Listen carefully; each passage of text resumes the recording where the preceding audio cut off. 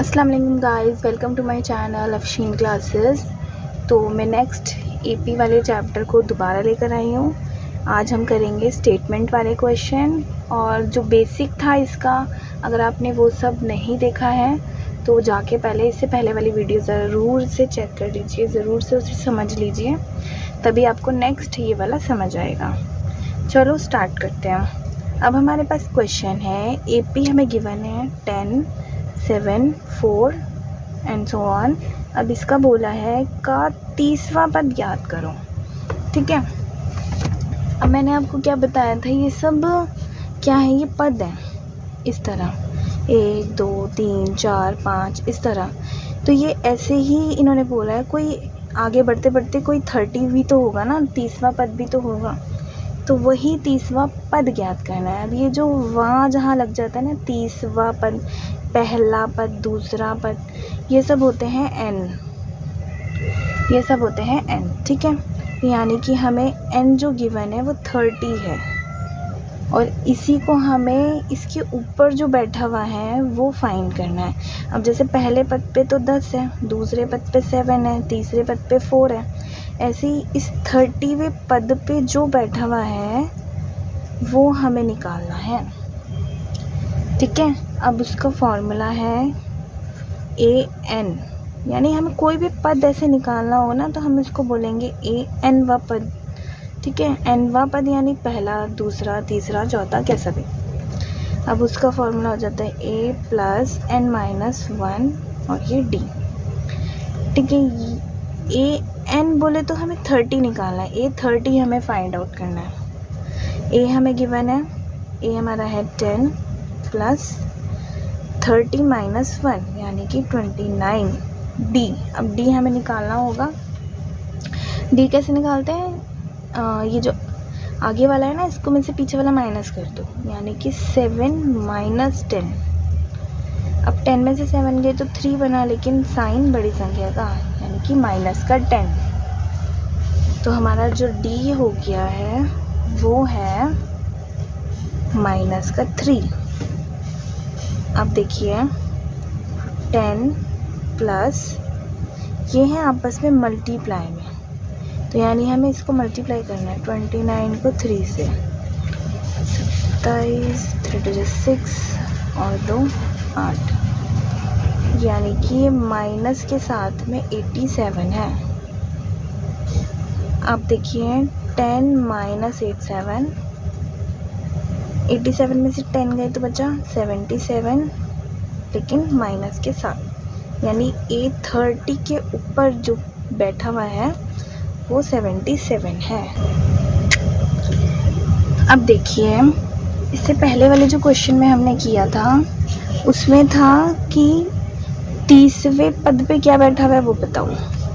अब हमें उल्टा गिवन है, अब हमें गिवन है कि ये AP है, अब इसका कौन सा पद 78 है, मीन्स 78 हमें गिवन है। जैसे ये 3, 8, 13, 18 है, ऐसे ही 78 भी AP के अंदर आगे कहीं पे है, फिट हुए हुए हैं।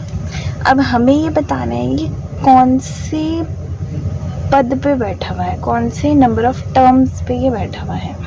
ठीक है, तो हमें जो निकालना है वो n निकालना है, कि ये बताओ कि ये जो 78 है इसका पद क्या है, ये किस पद के ऊपर विराजमान है। ठीक है, अब देखिए एक ही फॉर्मूला चलेगा an का, क्योंकि इसी के अंदर n इंक्लूड है, तो n हमें यहीं से ही मिलेगा।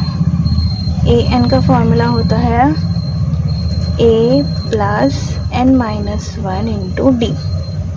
ठीक है, अब यहाँ से a हमें पता है क्या है 3, d हम निकाल लेंगे 8 - 3 करके, जो हो जाएगा 5। अब पुट कर लेते हैं an। देखो an की जगह पे हम जो रखेंगे वो 78 रखेंगे, क्योंकि हमें पता है कि ये नंबर है, ये an है, इसका n हमें निकालना है कि कौन से पद पे बैठा हुआ है, तो इसीलिए an 78। अब a हमारा है 3 प्लस n हमें नहीं पता, तो ये एज इट इज़ रहेगा। अब d हमारा क्या है 5। ठीक है, अब 78 माइनस का 3 इज इक्वल टू में, इसको हम अंदर मल्टीप्लाई कर देते हैं, 5n माइनस 5, इस तरह। यहाँ से इसको माइनस करेंगे तो ये बन जाएगा 75, क्या हो गया इसको 75। अब इस -5 को भी हम इधर ले आते हैं, जो हो जाएगा +5 इज इक्वल टू में 5n। अब इन दोनों को जोड़ देंगे तो ये बन जाएगा 80 इज इक्वल टू 5n, और ये बन जाएगा 80 divided by 5 is equal to n। इसको हम काट देंगे, 5 1 सा, इधर बचा 3, 5 6 सा, यानी कि 16 is equal to n। n जो है वो 16 आया, यानी कि 16वें पद पे 78 बैठा हुआ है। पहले पद पे तो 3 है, दूसरे पद पे 8 है, इसी तरह आगे बढ़ते बढ़ते बढ़ते कहीं 16 नंबर जाके उस पे 78 बैठा हुआ है। ठीक है, अब देखिए AP हमें गिवन है, ये पहला पद, दूसरा पद, तीसरा पद और ऐसे आगे आगे बढ़ते हुए ये लास्ट पद है।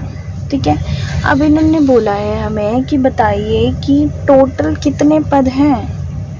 अब टोटल पद का क्या मतलब हो गया कि n निकालो, टोटल कितने हैं ये वो बताना है। अब टोटल हम कैसे बताएंगे, जब हम लास्ट वाले को उठाएंगे तभी तो हमें टोटल पता चलेगा। अब हम लास्ट वाला अगर हम पहला A1 करके निकालेंगे तो 1 की तो वैल्यू आ रही है, टोटल n तो हमें नहीं पता चलेगा। इसीलिए हम लास्ट वाला उठाएंगे, यानी 205 को हम लेंगे an, ताकि हमें पता चल सके कि आखिर तक, यानी कि ये जो है ये कौन से पद पे बैठा हुआ है, इसी की हेल्प से हमें पता चल जाएगा कि यहाँ से लेके यहाँ तक इतने n हैं, इतने पद हैं। तो चलो फॉर्मूले में पुट करते हैं, an is equal to a plus n minus 1 d। an हमारा हो गया 205, a हमारा 7 प्लस n हमें नहीं पता वो एज इट इज़, d 13 में से 7 माइनस करो कितना बनेगा, ये बनेगा 6। ठीक है, अब 205 माइनस का 7 इज इक्वल टू अंदर मल्टीप्लाई 6n माइनस 6। अब इसमें से इसको माइनस कर देंगे तो कितना बन जाएगा, ये बन जाएगा 198, और इस 6 को भी इधर ले आते हैं, ये बन गया प्लस का 6 इज इक्वल टू में 6n। इन दोनों को जोड़ देंगे तो कितना बनेगा, ये आ जाएगा 204।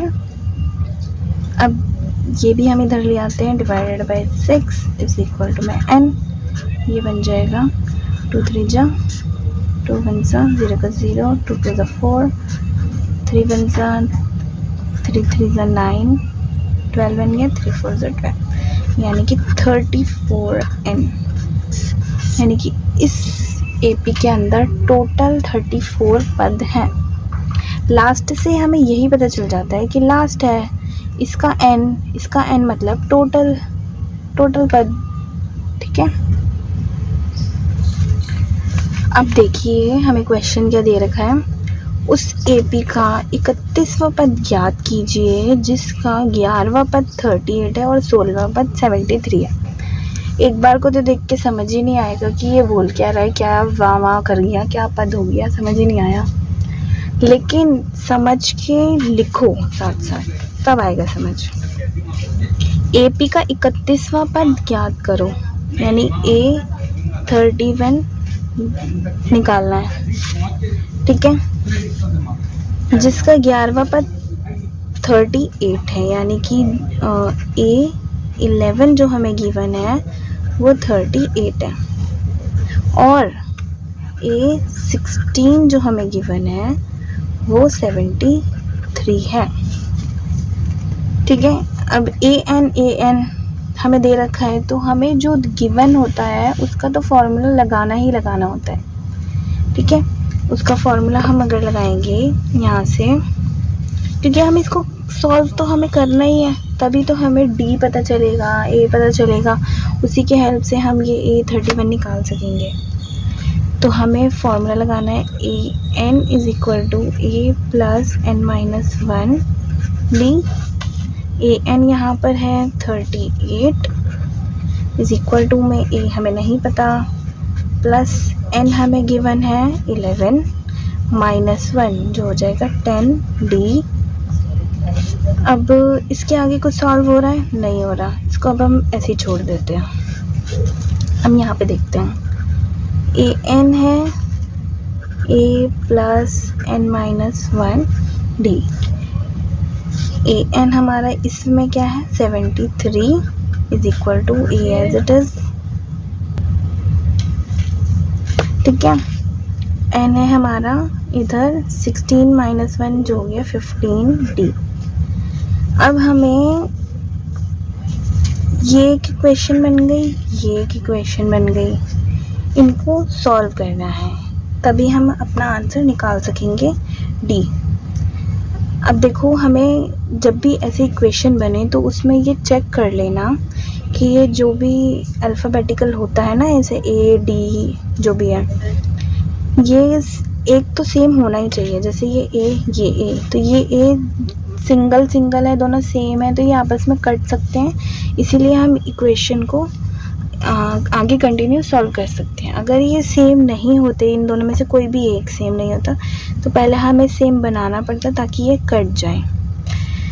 वो कैसे, अभी मैं बताती हूँ। पहले ये बड़ी संख्या वाला ऊपर रख लेते हैं, जैसे कि ये है 73 is equal to A plus 15 D.